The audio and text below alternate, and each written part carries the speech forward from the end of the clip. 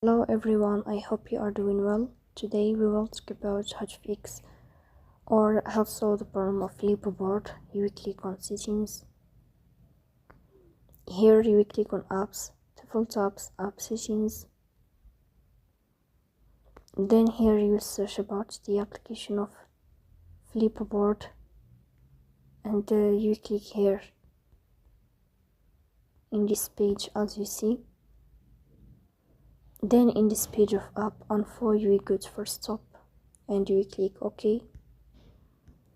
Here you will enter to the window of storage. Then we click on clear cache. In the end you will turn off your phone and you will wait a moment to restart your phone again to fix that problem. So that's all. Don't forget to support us by like and subscribe. See you next time.